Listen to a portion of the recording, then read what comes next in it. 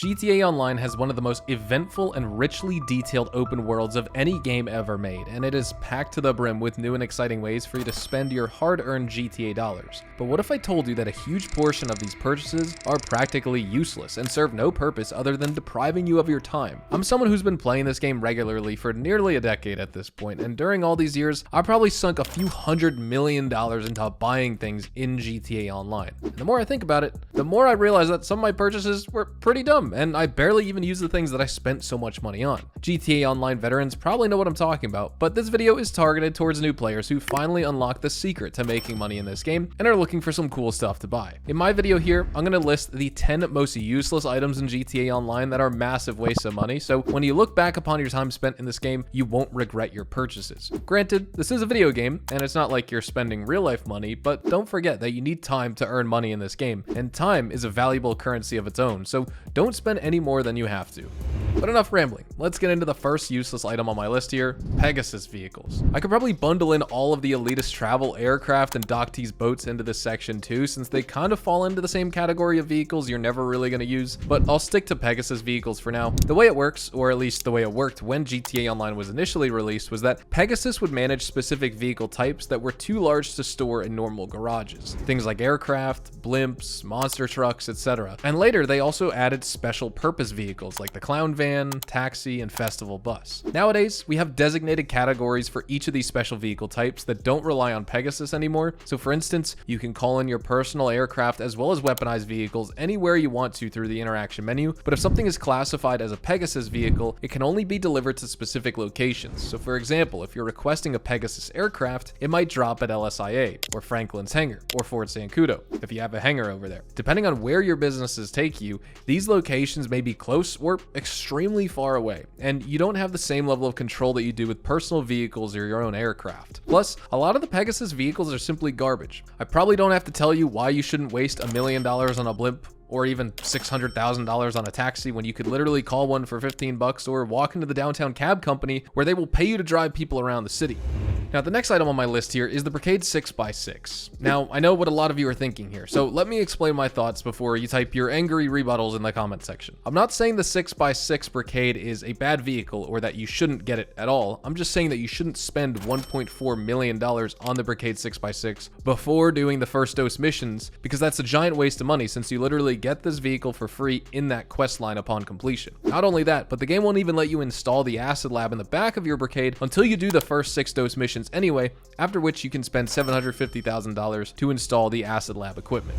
Now let's also talk about another vehicle that you can get for free, the Ocelot Virtue, based on the real-life Lotus Evija, and this is one of the most gorgeous cars in the game, with the performance figures to match its beauty for sure. The Ocelot Virtue has good acceleration, handling, and top speed, but the best part about this electric supercar is the fact that you can get it for free just by completing all of the last dose missions. So anyone who's actually purchased it without knowing this probably just wasted their $3 million. And even if the Virtue wasn't free, there are better vehicles that provide far better offensive as well as defensive capabilities for new players who also have limited cash and can only afford one really good car. For example, you've got the Armored Kuruma or even the Night Shark, both of which are really good, and the Night Shark is actually going to be superior at tanking damage. And if you're going to be racing and want the best lap times, cars like the Krieger or the Progen Emirates will also slightly outperform the Virtue in circuits, even though the electric drivetrain of the Virtue gives it better acceleration off the line. But here's the thing, none of them can compare to the Virtue in terms of value, because this one you can get just for completing missions, and that's what makes it a must-have for anyone new to the game. And if you are a new player watching this video and you're someone who is planning to buy the Virtue because it just looks cool, I hope I just saved you $3 million here. Now you can go ahead and invest that money into a business like a nightclub or an agency, and using that, make enough money to fill up your entire garage with awesome supercars and sports cars.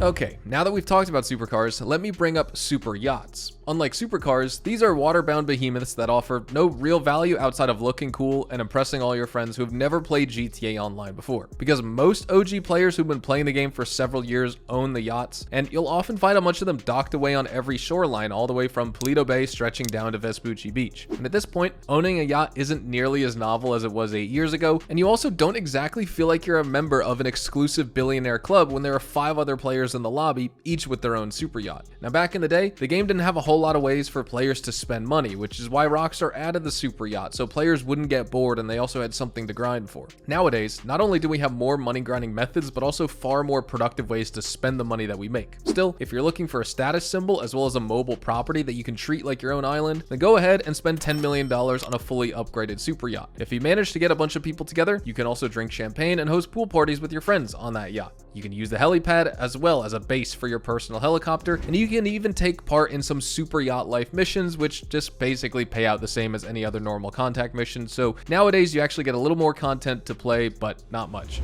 Next, we need to talk about apartments here. Much like super yachts, these are properties that are basically relics from the good old days of GTA Online, when having $100,000 meant that you were in the top 10% of earners in the game. Also, the only apartment you can afford with that kind of money is a low-end apartment with a single floor and 2 parking spaces, but these are a massive waste of money. I highly recommend saving up so you can afford a high-end apartment, since these are the only ones really worth buying in GTA Online. First off, you can't start any of the OG heists from a low-end apartment, which severely diminishes their utility, and on top of that, 2 garage spaces is a very pathetic amount in a game where you can easily exceed that number in less than a month of casual play. Finally, the cheapest high-end apartments like the one in Del Perro Heights can also be purchased for as little as $200,000, which is more than worth it since you're getting several times the value compared to a low-end apartment that costs half as much but offers basically nothing in return in comparison.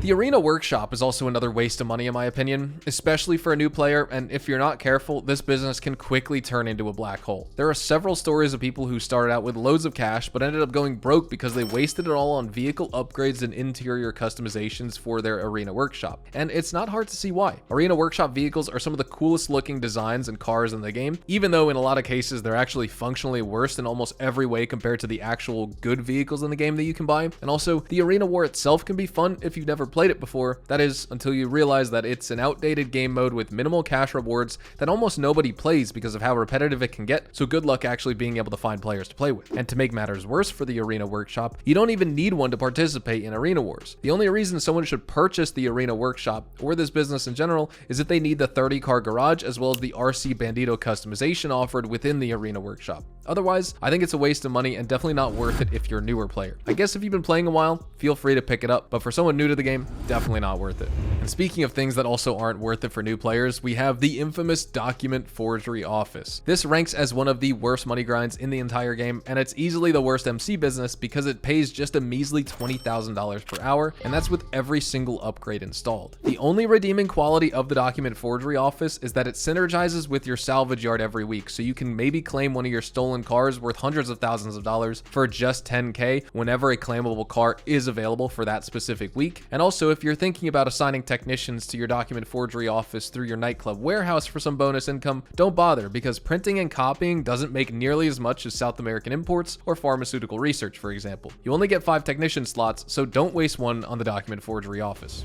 Clothing is yet another expense here that can quickly turn into a money pit if you aren't careful. If you walk into one of the many clothing shops scattered across Los Santos, you'll be assaulted with hundreds of choices for everything, varying from hats all the way down to the shoes. And at first glance, spending 10 or 20,000 GTA dollars on some clothes to make your in-game character look more fashionable may not seem like a bad investment, but you know how it goes. You start with a jacket here, a pair of jeans there, and before you know it, your shopping cart looks like an Amazon warehouse. Most people don't pay attention to the cumulative value of all the clothing items they purchase because the individual bits cost so little compared to stuff like cars or guns. However, these costs add up immensely over time, and before you know it, there's a giant hole of millions of dollars in your bank account. And if you're new to the game, you don't need to spend a fortune to make your player character look good. Also, some of these pre-made outfits can cost several $100,000 as well, and if you ask me, they definitely aren't worth the money. Especially when you consider the fact that Rockstar gives away free clothing items through weekly updates to the game a lot of the time as well. Now, I've already talked about super yachts, but the vehicles I'm about to show you now might actually be even worse value for money than a giant gold-plated boat. I'm of course talking about the deluxe versions of the Luxor as well as the Swift. And as you may already know, the Luxor is a private jet and the Swift is a private helicopter. Both are fairly mediocre aircraft in their respective categories, and you can purchase the base versions from Elitist Travel for around $1.6 million. But here's the kicker. kicker. The deluxe versions of these aircraft offer zero performance improvements despite the massively increased cost they have. All they do is add a gold finish to the exterior, which looks incredibly flashy, and a few items in the interior are also changed around as well. For example, the Luxor Deluxe lets you watch a cutscene of your player character smoking a cigar and drinking champagne like a pompous asshat while being chauffeured around Los Santos in a $10 million private jet. You heard that right. The deluxe version of the Luxor costs over 6 times more than the base model, despite having no real significant improvements. In fact, the added weight from the gold actually serves to decrease the handling as well as acceleration with this plane, so you're paying more for an aircraft that, in my opinion, looks worse as well as performs worse. Plus, you can't even change the gaudy color scheme. And since the Luxor and Swift are civilian aircraft meant to cruise around town or all the way out to Paleto Bay, they have zero defensive ability, meaning a guy in a Raiju or a laser jet can and will shoot you down while you and your buddy stare helplessly at those incoming missiles. At the very least, Rockstar could have done something like add an AI pilot or even an AI hostess to make you feel like you truly own a deluxe private jet, but as it stands right now, the gold versions of the Luxor and the Swift definitely aren't worth your money. And you know what else isn't worth your money? The number one most useless item on my list, the Orbital Cannon. Every time you fire this thing, it feels like you're loading up a pallet full of cash into your fancy space station and shooting it at the Earth only to watch it burn away in the atmosphere like the world's most expensive meteor. To get your hands on an orbital cannon, you must first own a facility, which itself is a mediocre business as well, unless you own large vehicles that can't be stored in regular garages, or you really like the Doomsday Heist for some reason. Then you need to purchase the orbital cannon upgrade for your facility, which is an additional $900,000 on top of the $2 million that you already spent on the facility itself. But wait, it gets even better. If you want to fire this outrageously expensive space gun, you need to cough up another $500,000 per shot. And that's the unguided version, which can miss if your target performs the highly advanced move of driving away. If you want a guided attack, you need to spend $750,000 per shot, and while it's an insta-kill, you also get put on a 48-minute timer. Basically, the orbital cannon is more of a statement than a weapon. It shows people that you've got the money to burn, quite literally, and that no matter how hard they run, they can't hide from your wrath. Unless they walk into a building or hide under a bridge, in which case they'll come out completely unscathed. So basically, this is just a griefer's weapon, and that's it. Anyways, those are all the useless items I have for today's video. They're not going to really improve your gameplay experience. They're purchases that you could get if you've been playing the game for a long time, but still, they're a waste. Which one do you guys think is the biggest waste of money in GTA Online though? And do you own something yourself that you think is an even bigger waste of money than the things I talked about in today's video? Let me know in the comments below. Anyways, drop a like if you guys enjoyed. Subscribe to the channel if you found this video helpful as well, so you don't miss out on future content like this. And as always, I hope you all have a fantastic day, and I'll see you guys in the next GTA 5 Online video. Adios, amigos.